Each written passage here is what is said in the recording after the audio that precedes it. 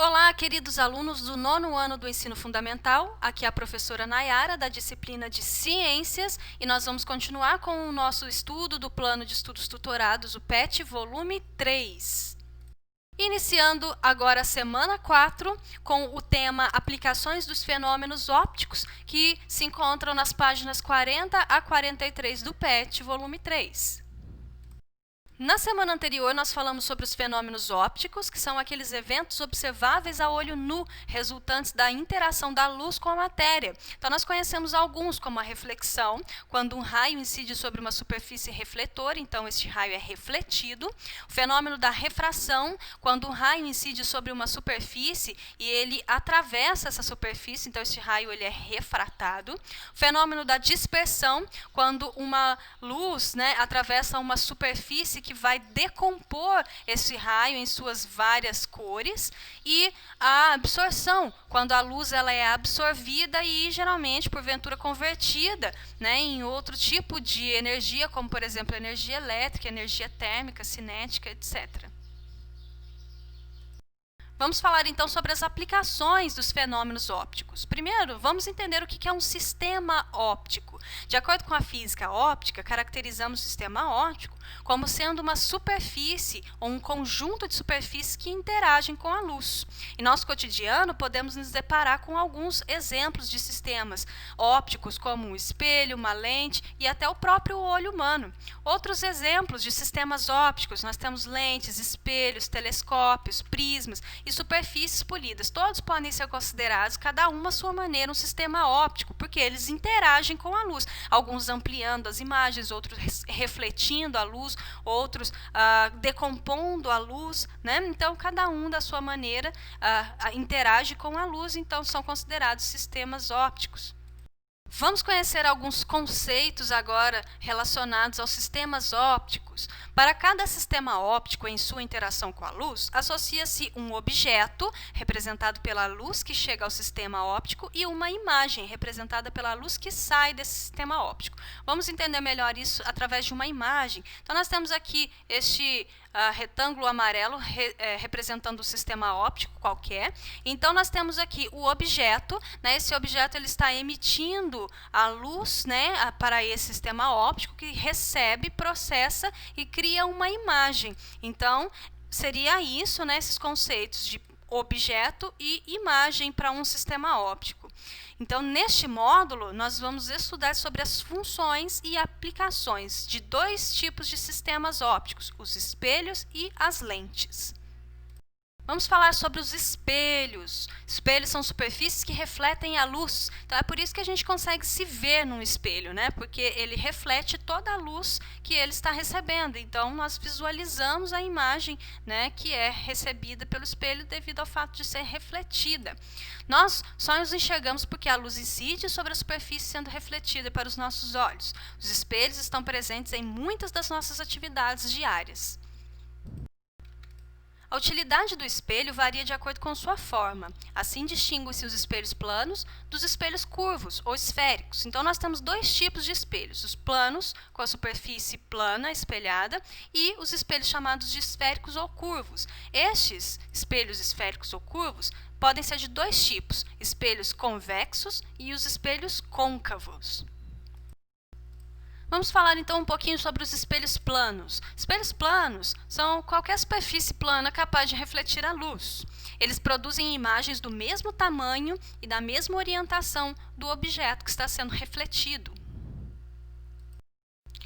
Já os espelhos convexos são aqueles cuja superfície espelhada é a superfície externa de uma casca esférica. Então, o espelho convexo ele é um espelho do tipo esférico, A superfície dele não é plana, é no formato de uma esfera, arredondado, Então, os espelhos convexos têm a superfície espelhada, a superfície polida, sendo a superfície externa.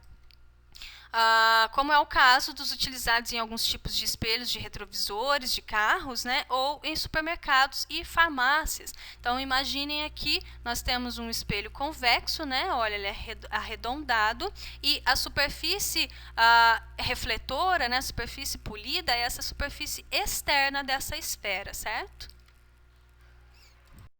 Já o espelho esférico côncavo são aqueles cuja superfície espelhada é a superfície interna da casca esférica, como o caso dos espelhos presentes em estojos de maquiagem ou nas óticas. Um objeto próximo de um espelho côncavo produzirá uma imagem na posição correta, então uma imagem direta e ampliada. Já um objeto distante, ele vai ficar de cabeça para baixo e reduzido. Então, ele vai produzir uma imagem invertida e reduzida. Agora vamos falar das lentes ópticas. As lentes são dispositivos ópticos que funcionam por refração da luz. Lembra aquele fenômeno onde o raio ele atravessa a superfície, né? A superfície permite a passagem desse raio, né? A refração. Então, são muito utilizadas no nosso dia a dia, como nos óculos, nas lupas, nas câmeras fotográficas, nos filmadores, em telescópios, etc. As lentes ópticas são de material transparente, limitados por duas superfícies, sendo pelo menos uma delas esférica, e servem para desviar a luz. De acordo com a curvatura apresentada, as lentes esféricas podem ser classificadas como lentes convergentes e divergentes. Vamos falar então das lentes convergentes. São aquelas lentes quando a parte do centro é mais espessa que as bordas. Nas lentes convergentes, os raios de luz incidem paralelos ao eixo principal e, após sofrerem a refração, se concentram em um único ponto, chamado de foco. Então, nessa imagem, a gente consegue visualizar melhor isso, né? Nós temos aqui uma lente, né? E o raio aqui que está sendo incidido sobre essa lente, ele é refratado, né? Ele passa por ela e se concentra, todos os raios se concentram num único ponto. Esse ponto é chamado de foco. O foco das lentes convergentes é classificado como foco real, pois é fruto do encontro dos raios, de todos os raios refratados. Já as lentes divergentes têm o centro mais fino do que as bordas. É uma lente divergente quando os raios de luz incidem paralelos ao eixo principal e sofrem dupla refração, se espalhando. Então, a gente consegue ver, nós temos aqui o eixo, né? Então, os raios incidindo sobre essa lente divergente. Observe aqui que o centro é mais fino que as bordas, né? E esses raios são refratados, né, incidem aqui no ponto, só que depois que eles chegam aqui neste ponto principal, eles se espalham, né? Como o foco dessas lentes é formado pelo encontro de projeção dos raios de luz incidentes, então não são os raios propriamente ditos, são a projeção destes raios, né, que formam o foco. Então, é classificado como sendo um foco virtual.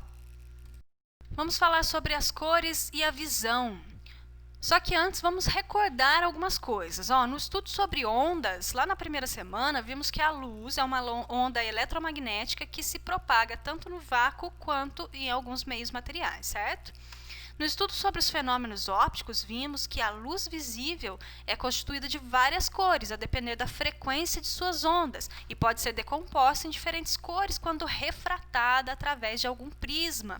Então, vocês lembram desse fenômeno óptico? Quando a luz incide sobre um prisma, né, ela é refratada, e essa luz ela é decomposta em suas várias cores. Vimos também que, analisando o espectro eletromagnético, temos o espectro de luz visível, que diz respeito às ondas eletromagnéticas, cujas frequências são localizadas entre o infravermelho e o ultravioleta, e são aquelas que podem ser percebidas pelo olho humano e interpretadas pelo cérebro. Então, lembra que nós temos aqui o espectro de ondas eletromagnéticas, né? E uma parte importante desse espectro é a luz visível. Nesse espectro de luz visível estão localizadas as ondas, né, com frequências que conseguem sensibilizar o olho humano. Então, a depender da sua frequência, nós interpretamos como sendo uma cor diferente. Então, a cor vermelha, ela se refere aos raios com comprimento de onda aproximadamente 700 nanômetros, né? A laranja, a amarela, a verde, assim por diante. Cada uma se refere a um comprimento de onda específico que sensibiliza os nossos olhos de maneiras diferentes, onde nós interpretamos as diferentes cores. A luz proveniente do Sol, que chega até a Terra, é uma soma de todas as cores, por isso dizemos que ela é uma luz branca. Então, na verdade, a cor branca é uma mistura de todas as cores, por isso nós visualizamos branco. Quando olhamos para um abacate, por exemplo, enxergamos a cor verde pelo fato de ele absorver todas as outras cores e refletir o verde. E isso acontece com todas as outras cores também. Se nós temos um objeto vermelho, significa que ele está absorvendo todas as cores, menos o vermelho. Ele reflete o vermelho, por isso nós enxergamos o vermelho. Se um objeto é azul, mesma coisa, ele absorve todas as cores, menos aquele referente à cor azul, né? Por isso nós visualizamos azul. Quando o objeto possui a cor branca, é porque ele reflete todas as cores ao mesmo tempo, por isso nós visualizamos branco. Se esse objeto possui a cor preta, é porque ele absorve todas as cores e não reflete nenhuma. Vamos falar agora sobre o olho humano, esse importante órgão que é um sistema óptico que interage com a luz e nos permite enxergar tudo o que acontece ao nosso redor. Nós vamos conhecer algumas estruturas importantes desse órgão e suas funções. Então vamos começando aqui com a córnea. A córnea é essa estrutura externa, é um tecido transparente, fino e resistente, localizado na parte anterior do olho. É a primeira interface que a luz atravessa. Ela permite a entrada da luz e executa 2/3 das tarefas de foco. Também protege o olho. Então nós temos aqui a córnea. Depois nós temos a íris, que é essa parte colorida do olho, né, composta por fibras musculares que movimentam a pupila, caso haja mudança de luminosidade no ambiente. Então vocês viram já quando a pupila fica dilatada, né, ou então quando ela volta ao normal, ao tamanho normal, quem faz isso é a íris, né, quem permite com que ela se dilate e se movimente são as fibras musculares aqui presentes na íris. A pupila, então, né, que é um termo oriundo do latim, que significa menina, é a parte do olho de diâmetro regulável, né, como eu disse para vocês, ela pode se dilatar, voltar ao normal, que está situada entre a córnea e o cristalino, e está localizada no centro da íris, responsável pela passagem da luz do meio exterior até os órgãos sensoriais da retina. Nós temos também a lente, também chamada de cristalino, que é essa região aqui. Ela funciona como uma lente convergente, projetando a imagem do objeto lá na retina, certo? Então, nós temos o cristalino. A retina é uma camada fina de células fotorreceptoras, chamadas cones ou bastonetes, né, e bastonetes, que recebem a luz. Essas células estão associadas a neurônios capazes de converter a luz em impulsos nervosos que são enviados para o cérebro através do nervo óptico. Então, nós temos aqui o nervo óptico que transmite os sinais recebidos para o cérebro. Então, esse conjunto dessas estruturas recebem a luz, interpretam, enviam para o nervo óptico que manda para o nosso cérebro e faz com que ele processe as imagens, né, e que nós consigamos, então, interagir com o ambiente. Alguns distúrbios visuais são bastante comuns, né, e nós vamos conhecer algum deles. O primeiro aqui, vamos falar sobre a miopia. O que é a miopia?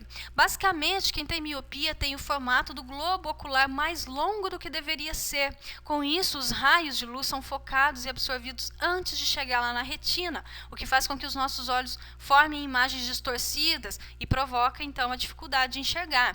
Então, aqui, essa imagem, ela representa a visão normal, né? Então, nós temos aqui um objeto, o olho está recebendo, está interagindo com a luz emitida por este objeto, e então essa luz está sendo enviada lá na retina, né, que então o nervo óptico vai captar essas informações e vai enviar para o cérebro. Mas uma pessoa míope, com a miopia, tem o globo ocular um pouco mais alongado do que deveria ser, então a imagem ela não consegue chegar até lá na retina e ela se forma antes da retina. Por isso, então, que as pessoas que têm miopia enxergam as imagens distorcidas, né, embaçadas. Então, a miopia ela pode ser corrigida com lente, né, lentes divergentes. Então, é só utilizar óculos, né, ou lentes corretivas, lentes de contato, para resolver esse problema da miopia. Outro distúrbio visual bastante comum é a hipermetropia. A hipermetropia é o oposto da miopia, porque o olho ele é mais curto, fazendo com que as imagens se formem depois da retina. Então nós temos aqui a visão normal e um olho hipermétrope, onde o globo ocular é mais curto do que deveria, então a imagem ela se forma depois da retina. Então isso também acaba causando problemas, né, de foco, de visualização, e é um problema que pode ser corrigido por lentes convergentes. O astigmatismo ocorre quando a córnea tem uma curvatura irregular. Então, o problema não é no globo ocular dessa vez, e sim na córnea, né? Ela tem uma curvatura irregular, ovalada, e faz com que a luz sofra desvios e concentre-se em diversos pontos diferentes, né? E a imagem ela vai se formar em múltiplas regiões. O problema também pode ocorrer por deformação no cristalino, mas esses casos são menos frequentes. Então, nós temos uma visão normal e a visão como uma pessoa que tem um distúrbio, né, um astigmatismo. Então, a córnea ela tem um formato diferente, né, um formato irregular. Então, a imagem ela se forma em vários pontos aqui, né? Então, geralmente quem tem astigmatismo vê imagens duplicadas, triplicadas, certo? A correção ela pode ser feita com lentes especiais que ajudam a compensar a forma irregular do olho. Então, vamos para as atividades. Número 1. Dê exemplos de sistemas ópticos. Então, nós podemos citar uma lente, um espelho, um telescópio, um prisma e até o olho humano. 2. Defina A. Espelho plano. Qualquer superfície plana capaz de refletir a luz. Espelho côncavo. Espelho côncavo é aquele cuja superfície espelhada é a superfície interna da casca esférica e refletem a imagem invertida de objetos distantes. Letra C. Define espelho convexo. É aquele cuja superfície espelhada é a superfície externa, né, da casca esférica, como é o caso dos utilizados em alguns retrovisores, espelhos utilizados em farmácias e supermercados. Letra D. Lentes convergentes. Nas lentes convergentes, após os raios sofrerem refração, né, após eles penetrarem ali na superfície, eles se convergem em um único ponto, formando o foco real. Já as lentes divergentes, quando os raios incidem, né, nessa lente, eles sofrem dupla refração e se espalham. 3. Do que depende a cor de um objeto? Depende do tipo de raio que o objeto reflete. Se reflete o raio da frequência que os nossos olhos captam, como sendo a cor verde, visualizamos a cor verde. E isso serve para as outras cores também. 4. Um comerciante deseja instalar um espelho esférico que lhe forneça um grande campo visual de seu comércio, a fim de monitorá-lo mais eficientemente. O tipo de espelho mais indicado para tal fim é o espelho convexo, né? Aquele utilizado em farmácias, supermercados. Eles ampliam o campo de visão, então eles são instalados em locais estratégicos, né? Então o comerciante ali, a pessoa que está ali na loja, trabalhando na loja, consegue visualizar, ter uma visão maior, né, do que os clientes estão fazendo, para poder evitar algum roubo, né, alguma coisa nesse sentido. 5. Faça um esquema, né, um desenho de um olho humano indicando as suas partes. Então, aqui eu coloquei um desenho, uma imagem que eu utilizei aqui na explicação, né, da atividade, mas vocês vão fazer um desenho da maneira que vocês conseguirem. O importante é destacar as estruturas, né, de maneira corretamente, principalmente as estruturas que nós vimos, né, a córnea, a íris, o cristalino, o humor vítreo aqui, né, que é aquela substância que preenche o olho. Nós temos aqui a retina, o nervo óptico. Então façam esse desenho de uma maneira bem caprichada e enviem para eu poder registrar. Bom, pessoal, então chegamos ao fim de mais uma semana. Essa foi a quarta e última semana do PET volume 3. Então eu espero que vocês assistam às aulas, prestem atenção nas explicações, façam as atividades no caderno e preencham os formulários para que eu possa receber a atividade de vocês e registrar a participação. Caso vocês tenham alguma atividade atrasada de algum volume anterior do PET ou das semanas anteriores desse volume, ainda dá tempo de colocar em dia. Se precisar, eu posso ajudar vocês a se organizarem e colocar as atividades de ciências em dia, tá bom? É só me procurar. Caso vocês tenham também alguma dúvida ou precisem de ajuda para a execução das atividades ou qualquer outra coisa relacionada aqui ao conteúdo que nós estamos estudando, eu estou sempre à disposição. É só me procurar. tá? Pessoal, então é isso, eu vou ficando por aqui. Abraços e até a próxima. Tchau, tchau!